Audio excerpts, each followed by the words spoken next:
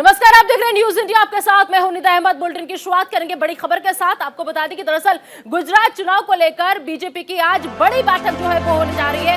दिल्ली में BJP core committee की बैठक है। राष्ट्रीय अध्यक्ष जेपी नड्डा की अध्यक्षता में ये बैठक है और अमित शाह भी इस बैठक में मौजूद रहेंगे। गुजरात से दिल्ली फिलहाल बीजेपी के तमाम नेता जो है वो पहुंच चुके हैं। सीआर पाटिल, भूपेंद्र पटेल बैठक में शामिल होंगे। 9 नवंबर को बीजेपी केंद्रीय चुनाव समिति की बैठक जो है वो होगी। तो बीजेपी लगातार मंथन पर मंथन कर रही है। चुनाव को लेकर चिंता जो है वो कर रही है। आगे किस रणनीति के साथ काम करना है।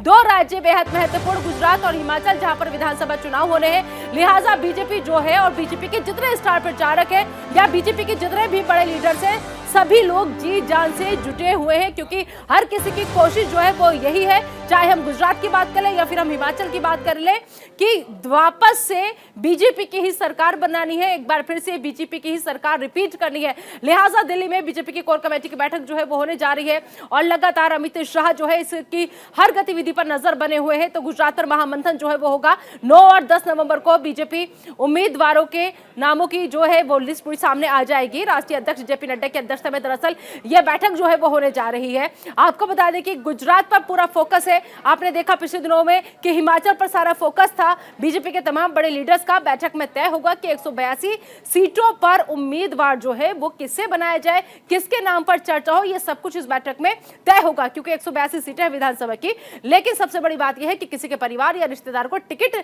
नहीं देने पर भी मोहर जो है वो लगेगी। इस खबर पर ज्यादा बातचीत के लिए आइए सीधा रुख करेंगे हमारे सहयोगी अली शरर का। अली, जिस तरीके से बीजेपी लगातार बैठक पर बैठक कर रही है, मंथन पर मंथन कर रही है, क्या लग रहा है कितनी जल्दी जो फाइनल लिस्ट है वो सामने आ जाएगी उम्मीदवारों की? देखिए, बिल्कुल निदा, जिस तरह से बीजेपी तमाम अपने वरिष्ठ नेता, अपने पदाधिकारियों के साथ मीटिंग का दौर जारी है। बहुत जल्द बताया जा रहा है कि वो अपनी लिस्ट जारी कर सकते हैं, क्योंकि फिलहाल जो स्थिति है वो मंथन की चल रही है और मंथन के बाद ही लिस्ट आउट करने की बात कही जा रही है। निदा, तो समझा जाए जिस तरीके से जो पूरा फोकस है, पहले हिमाचल पे था, तमाम स्टार प्रचारक वहां पर उतरे हुए थे, खुद जेपी नड्डा साहब भी, जिनकी अध्यक्षता में आज ही बैठक हो रही है, उन्होंने भी हिमाचल का जिम्मा संभाला हुआ था। और अब जो फोकस है, जो नजर है, वो गुजरात पर रहने वाली है आने वाले दिनों में बीजेपी की सारी। देखिए, बिल्कुल इस बात से इनकार नहीं किया जा सकता। जिस तरह से बीजेपी ने तमाम अपनी ताकत को झोंक रखा था हिमाचल चुनाव में कई जगह बड़े स्टार प्रचारकों ने रैलियों के माध्यम से लोगों से जनसंपर्क किया और उसके बाद अब जो मेन टारगेट आ रहा है वो गुजरात आ रहा है। गुजरात को लेकर मंथन चल रहा है। बहुत जल्द लिस्ट जारी कर दी जाएगी बीजेपी की तरफ से और तमाम उन नेताओं का जिक्र किया जाएगा जो लगातार पार्टी से जुड़े हुए हैं। नेता फिलहाल दिल्ली अभी तक कौन कौन पहुंच चुका है? अगर हम बीजेपी के वरिष्ठ नेताओं की बात करें तो कोई जानकारी? अली, देखिए, बिल्कुल राष्ट्रीय अध्यक्ष जेपी नड्डा के नेतृत्व में एक मीटिंग चल रही है, जो कि अभी फिलहाल मीडिया को वहां से दूर रखा गया और कई बड़े चेहरे मीटिंग में शामिल हैं, जिनको लेकर मंथन चला और बहुत जल्द फैसला लिया जाएगा कि आखिरकार किसको टिकट दिया जाए और क्या वहां की रणनीति रहेगी। निदा, एक टिकट बंटवारे में जो बड़ी बात निकल करके सामने आ रही है वो है परिवारवाद। लगातार बीजेपी इस चीज का जिक्र करती है कि परिवार के किसी सदस्य को टिकट जो है नहीं मिलेगा, अगर कोई पहले से ही है तो उसको टिकट नहीं मिलेगा। तो ऐसे में नहीं लग रहा कि बीजेपी की मुश्किलें जो है बढ़ती नजर आ रही है, क्योंकि कई लोग ऐसे हैं जो सिफारिश के मोड में कह लीजिए या फिर जो इस आस में अभी तक बीजेपी के लिए काम कर रहे थे कि हमारे फला चाचा जो है वो वहां बैठे हैं, हमारे जो मामा है वो वहां बैठे, तो इनकी नजदीकियों का हमें फायदा होगा। लेकिन बीजेपी ने साफ तय कर दिया है कि अब की बार ऐसा कुछ नहीं होने वाला है। तो क्या नाराजगी का जो एक लम्हा आता है हर पार्टी के अंदर, या फिर जो वो वक्त आता है कि अपने जब रूठ जाते हैं उनको मनाना सबसे बड़ी मुश्किल हो जाता है, क्या ऐसी भी किसी समस्या का सामना करना पड़ सकता है बीजेपी को अगर वो परिवार से हटकर टिकट बंटवारा करेगी? देखिए, बिल्कुल ये वाजिब सवाल है आपका। इस पे तमाम मंथन चल रहा है, क्योंकि किसी को उठना भी नहीं है, मना के रखना है, क्योंकि एक बड़ी जिम्मेदारी है। गुजरात चुनाव को लेकर के जो बड़ी जिम्मेदारी का एक लक्ष्य लेकर चल रही है भारतीय जनता पार्टी, उसमें कहीं ना कहीं आगे की तरफ बढ़ रही है। तो ये कहा जा सकता है कि अगर ये स्थिति उत्पन्न होती है तो कहीं ना कहीं मुश्किल हो सकती है। निदा, बिल्कुल ठीक है अली, आप हमारे साथ बने रहिए। तो देखना होगा कि अहम बैठक जो है वो चल रही है और फिलहाल आगे की रणनीति जो है बीजेपी क्या तय करती है। आगे बढ़ते हैं, दूसरी बड़ी खबर का रुख कर लेते हैं। दरअसल सुकेश चंद्रशेखर ने एक और लेटर बम जो है वो फोड़ दिया है। जी हाँ, ये है चौथा लेटर बम और इस लेटर में आम आदमी पार्टी और तिहाड़ के पूर्व डीजी पर कई आरोप जो है वो लगाए गए हैं। आपने पंजाब गोवा चुनाव में फंड के लिए संपर्क किया, ये आरोप 500 करोड़ की व्यवस्था के लिए दबाव बनाया। सुकेश का यह आरोप, तिहाड़ के पूर्व डीजी पर धमकी देने का आरोप। मामले में सुकेश ने सीबीआई जांच की मांग की है और सुकेश ने खत के अंत में लिखा है जय श्री राम। तो फंड का पूरा गोलमाल हुआ है, लेकिन सवाल यह है कि आखिर इस्तेमाल कहां हुआ है। सुकेश का ये चौथा लेटर बम जो है कई आरोपों के साथ, कई सवालों के साथ सामने आया है, जिसमें सीबीआई की बाकायदा मांग की गई है। और लेटर के अंत में, यानी कि जब लेटर में जो अपनी बात कही सुकेश ने, जब वो खत्म हुई, इसके आगे जय श्री राम लिखा गया। सुकेश चंद्रशेखर ने एक और चौथा लेटर बम जो है वो फोड़ा है, जिसका जिक्र लगातार हम कर रहे हैं। लेटर में आम आदमी पार्टी और तिहाड़ के पूर्व डीजी पर गंभीर आरोप जो है वो लगाए गए हैं। आपने पंजाब गोवा चुनाव में फंड के लिए बाकायदा संपर्क जो था वो किया था। अली लगातार मेरे सहयोगी मेरे साथ जुड़े हुए हैं। लगी, देखिए बड़े फंड का आरोप यहां पर लग रहा है, लेकिन सवाल यह है कि फंड का गोलमाल तो हुआ है, लेकिन इस्तेमाल कहां हुआ है ये अभी तक कोई तय नहीं कर पा रहा। लेकिन निदा, महाठग कहलाए जाने वाले तिहाड़ जेल में बंद आरोपी सुकेश चंद्रशेखर ने अपनी चौथी चिट्ठी में जो जिक्र किया है वो आम आदमी पार्टी के तमाम वरिष्ठ नेताओं का किया है। यानी कि कहा जा सकता है कि उसके चिट्ठी के मुताबिक तमाम उस सबूत उसके पास मौजूद हैं, जिसमें जिक्र किया गया है कि तमाम लेन देन के एविडेंस थे। और उसका चिट्ठी में यह भी कहना है कि मुझसे 500 करोड़ की डीलिंग की गई थी राज्यसभा में भेजने के लिए। 50 करोड़ मैंने कैश दिए हैं, 12 करोड़ तत्कालीन तिहाड़ जेल के डीजी संदीप गोयल को दिए हैं, और इसके बाद कहा कि जो सत्येंद्र जैन है उसको भी 10 करोड़ पे दिए। तो तमाम बातों का जिक्र किया है। हालांकि ये तो बात तभी स्पष्ट हो पाएगी सीबीआई जांच के बाद कि क्या सच्चाई है इसमें, दूध का दूध पानी का पानी क्या। लेकिन फिलहाल कहा जा सकता है कि आम आदमी पार्टी गिरती नजर आ रही है, क्योंकि इससे पहले भी आबकारी नीति में जांच चल रही है, कई बार पूछताछ हो चुकी है मनी लॉन्ड्रिंग मामले में भी। तो अब ये दोबारा से जो ये बम फूटा है चिट्ठी का, तो कहा जा सकता है कि एक बार बड़ी चुनौती है ये आम आदमी पार्टी के लिए, क्योंकि एमसीडी चुनाव भी दिल्ली में सर पर है। हाँ, लेकिन अली, अगर इस लेटर को पूरा देखा जाए तो इस पूरे लेटर में शुरू से लेकर आखिर तक सिर्फ और सिर्फ आम आदमी पार्टी घिरती हुई नजर आ रही है, सिर्फ और सिर्फ आरोप की बौछार आम आदमी पार्टी पर हो रही है। लेकिन लास्ट में जो 2 शब्द लिखे गए हैं जय श्री राम, ये लेखनी किसकी तरफ इशारा कर रही है? आखिर किसके इशारे पर जो ये महाठग सुकेश काम कर रहा है?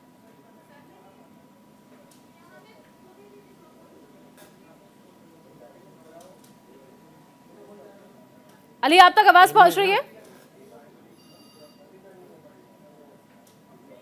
चलिए ठीक है, अली से संपर्क नहीं हो पा रहा। देखिए यही है वो लेटर जिसका जिक्र लगातार हम करें। दरअसल ये चौथा लेटर बम जो है वो फोड़ा गया है महाठग सुकेश की तरफ से, और इस लेटर में भी आम आदमी पार्टी के ऊपर आरोपों की बौछार जो है वो की गई है। सीधी तरीके से कैसे आम आदमी पार्टी की सांठगांठ है, कैसे पैसा फंड जो था गोवा पंजाब में मांगा गया, वो सब कुछ कहा गया है। लेकिन लास्ट में जो जय श्री राम लिखा गया है वो बहुत कुछ बयां कर रहा है। तो लेटर में सुकेश ने अपने आरोपों को गलत साबित करने की बात कही। पूरे मामले की सुकेश ने बाकायदा सीबीआई जांच की मांग जो है इस चौथे लेटर में की गई है कि इस पूरे मामले की सीबीआई से जांच जो है वो कराई जाए। और इसके अलावा सुकेश ने लेटर में अंत में जय श्री राम जो लिखा है, इसी को लेकर आम आदमी पार्टी जो है साफ साफ कह रही है कि सुकेश का कनेक्शन किससे है वो सब कुछ जाहिर हो रहा है। तो फंड का गोलमाल है, लेकिन कहां है ये पूरा झोलमाल, कहां इस्तेमाल हुआ है, किसके पास पहुंचा, किसने पहुंचाया, इस पर अभी कुछ भी क्लियर जो है वो नहीं है। तो जेल में बंद फिलहाल सुकेश चंद्रशेखर, जैसे एक और लेटर जारी करके धमाल मचा दिया है। तो अली लगातार मेरे सहयोगी मेरे साथ जुड़े हुए। अली, अगर आप तक आवाज पहुंच रही है तो मैं आपसे ये जानने की कोशिश कर रही थी कि अगर इस पूरे लेटर के मजमून को हम देखें तो इस पूरे लेटर में जो भी कुछ शुरू से लेकर आखिर तक सब कुछ आम आदमी पार्टी के खिलाफ है, लेकिन लास्ट के जो 2 शब्द लिखे गए हैं जय श्री राम, वो बहुत कुछ बयां कर रहे हैं कि आखिर सुकेश जो है वो किसके इशारे पर काम कर रहा है, क्योंकि आम आदमी पार्टी भी कई आरोप लगा रही है। बिल्कुल निदा, आपसे पहले 3 चिट्ठियां जारी की गई थी तिहाड़ जेल से सुकेश ने, उसमें कहीं कोई जिक्र नहीं किया था। लेकिन अब जिस तरह से जय श्री राम का उसमें जिक्र किया गया, तो कहीं ना कहीं बीजेपी पर हमलावर आम आदमी पार्टी होती नजर इसलिए आ रही है क्योंकि आम आदमी पार्टी के तमाम नेताओं का कहना है कि भारतीय जनता पार्टी की बड़ी साजिश है कि हम कोई गुजरात और दिल्ली या इसके बाद हिमाचल में अपनी सरकार न बना लें, उसको लेकर के हमें फंसाया जा रहा है। लेकिन जिस तरह से सुकेश चंद्रशेखर का कहना है कि मेरे पास तमाम वो सबूत है, सीबीआई जांच में मैं उनका खुलासा करूंगा, तो कहीं ना कहीं मुश्किल बनती नजर आ रही है आने वाले समय में आम आदमी पार्टी के लिए। निदा, ये जिस तरीके से लेटर बम एक के बाद एक आ रहे हैं, क्या लग रहा है, चाहे हम दिल्ली एमसीडी चुनाव की बात करें या फिर हम गुजरात विधानसभा चुनाव की बात करें या हिमाचल विधानसभा की बात करें, कितना असर पड़ेगा आम आदमी पार्टी पर?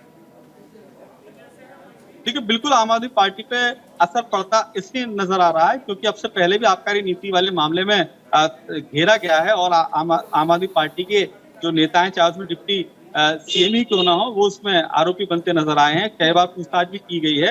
अब जिस तरह से बार बार जिक्र किया जा रहा है जेल में, तिहाड़ जेल में बंद सुकेश द्वारा के मुझसे लेन देन किया गया, करोड़ों का लेन देन है, मुझ पर पार्टी के फंड के लिए दबाव बनाया गया, मुझे राज्यसभा सांसद भेजने के लिए 500 करोड़ की डीलिंग की गई। लेकिन ये जिस तरह से बातें कही जा रही हैं, अगर ये बाहर निकल के आती हैं तो ये कहना मुश्किल नहीं होगा कि आने वाले समय में आम आदमी पार्टी के लिए बड़ी मुश्किल पैदा हो सकती है। निदा, लेकिन अली, जेल के अंदर से बातें सब कही भी जा रही हैं, वो तमाम बातें बाहर भी आ रही हैं। अगला बंदा जो आरोपी है वो तमाम प्रूफ भी देने को तैयार है, पूरे सबूतों के साथ वो अब दावा कर रहा है कि मैं बात कर रहा हूं, फिर भी उसकी बात का संज्ञान क्यों नहीं लिया जा रहा? अगर इसमें सच्चाई है तो फिर आम आदमी पार्टी के जितने लोग इन्वॉल्व है उनके खिलाफ कोई एक्शन क्यों नहीं लिया जा रहा? ये बड़ा सवाल है।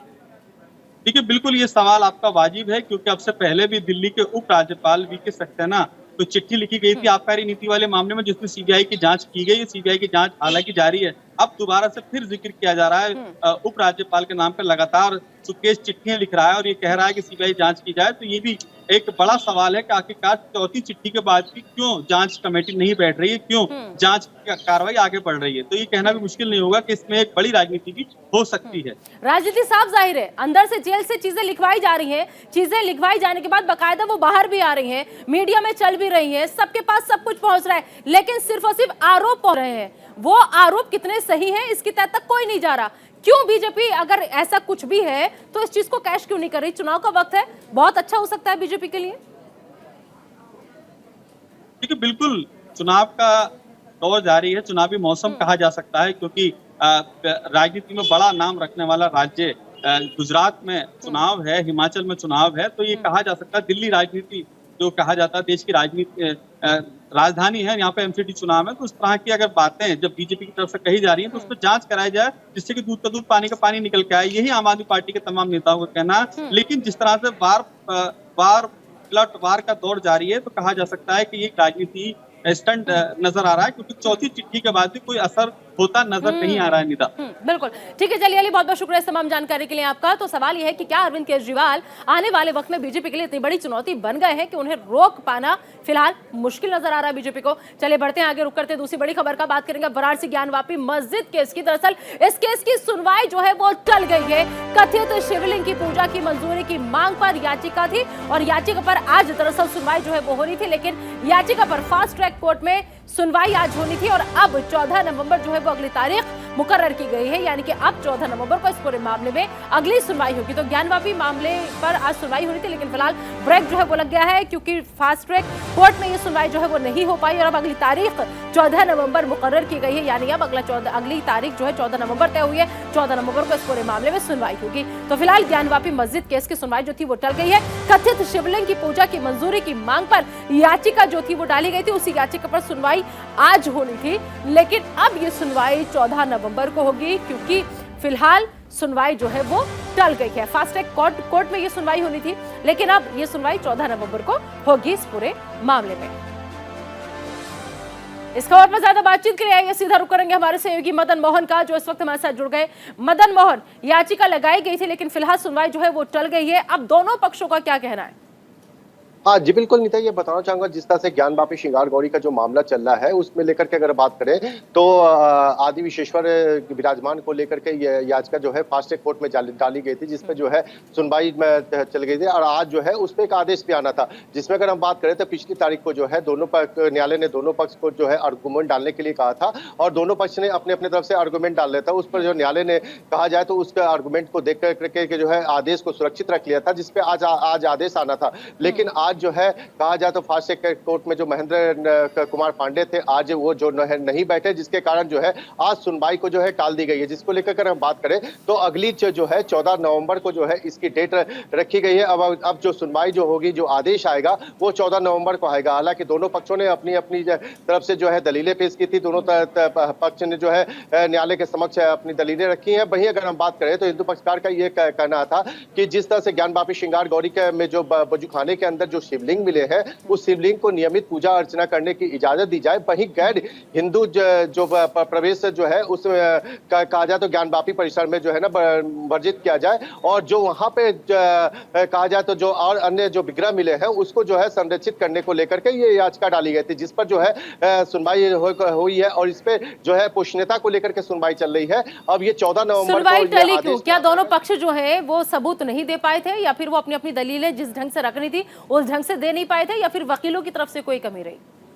नहीं, बिल्कुल जिस तरह से कहा जाए दोनों पक्ष ने अपने अपने तरफ से दलीलें दी गई है। हिंदू पक्षकार का कहना है कि जो तमाम जो सर्वे के दौरान जो वहां पे जो साक्ष्य मिले हैं उसके आधार पे जो है जो शिवलिंग मिला है उस शिवलिंग की जो है कथित तौर पे उसकी पूजा करने की इजाजत दी जाए। साथ ही साथ जो विग्रह जो है जो मिले हैं उनको संरक्षित करने के दिए जाए। उसके बाद जो है कहा जाए तो जो गैर हिंदू का प्रवेश से वर्जित करने की जो मांग की थी इन्हीं पर जो सुनवाई चल रही है। हालांकि मुस्लिम पक्ष ने इसके अपनी तरफ से जो है आपत्ति दाखिल की थी कि जिस तरह से ये जो मांग की जा रही है वो जो बेबुनियाद है, और वहां पे जो कथित जो शिवलिंग है वो शिवलिंग नहीं है, वो बेसिकली में जो है फव्वारा है। तमाम चीजों को लेकर के जो न्यायालय में जो है ये प्रक्रिया चल रही है। तो इसको लेकर के कहा जाए तो विश्व वैदिक सनातन संघ की जो राष्ट्रीय सचिव है किरण सिंह जी, उनके तरफ से ये याचिका डाली गई है और इस याचिका पे जो है ये सुनवाई होनी है।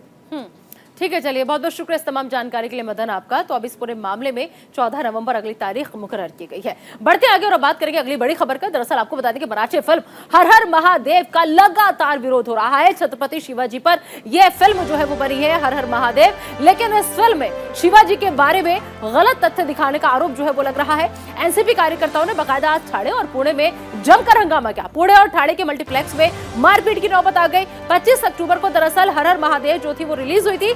शिवाजी के वंशज ने भी इस फिल्म पर आपत्ति जताई थी। इतिहास के साथ छेड़छाड़ का लगातार आरोप जो है वो लग रहा था। तो फिलहाल पुणे और ठाणे के मल्टीप्लेक्स में आज नौबत यहां तक आ गई इस विरोध की कि मारपीट तक की नौबत पहुंच गई।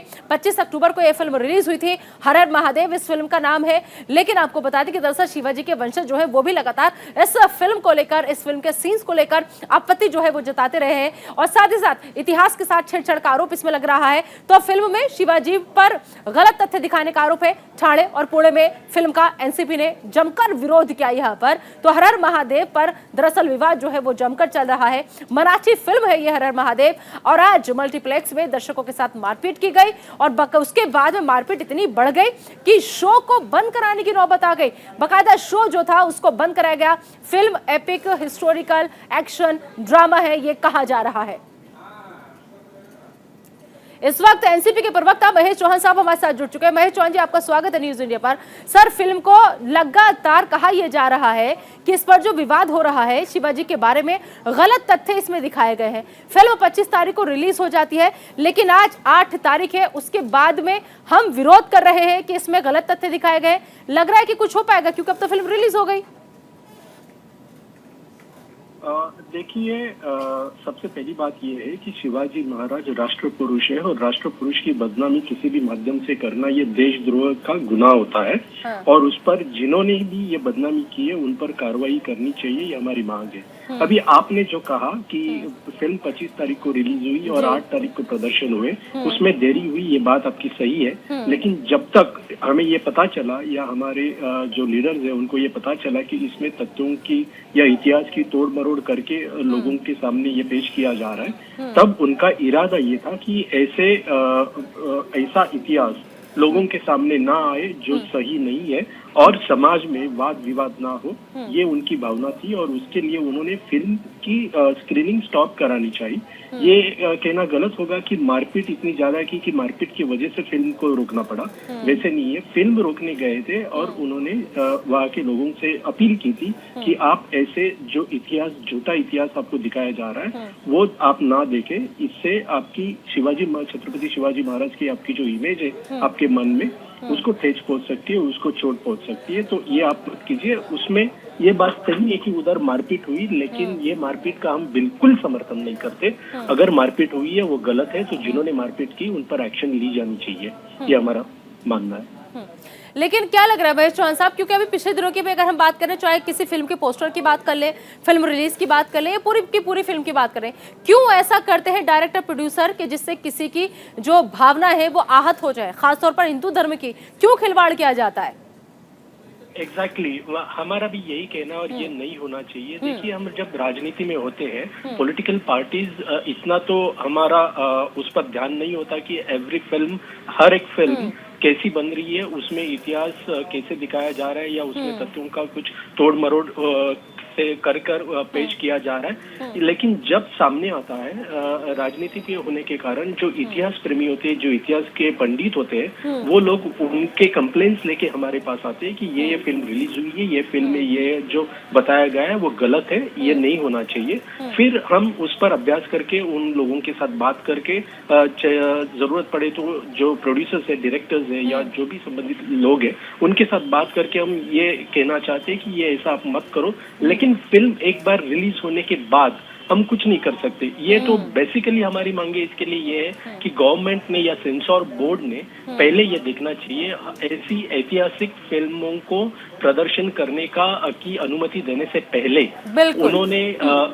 उन्होंने एक कमेटी स्थापित करनी चाहिए। वो कमेटी में इतिहास के पंडित, उनके अभ्यासक, शिव प्रेमी, जो भी कोई है इतिहास प्रेमी, ये लोगों की एक कमेटी होनी चाहिए, उनकी राय लेनी चाहिए, उनकी सूचनाएं लेनी चाहिए और फिर उसको परमिशन देनी चाहिए। जी बिल्कुल, ठीक है। बहुत बहुत शुक्रिया महेश चौहान जी आपका हमसे बातचीत करने के लिए। तो देखिए, हर हर महादेव मराठी फिल्म है, लेकिन इस पर गलत तथ्य दिखाने के आरोप में अब लगातार सियासत कह लीजिए इसे या फिर विरोध कह लीजिए इसे, वो हो रहा है।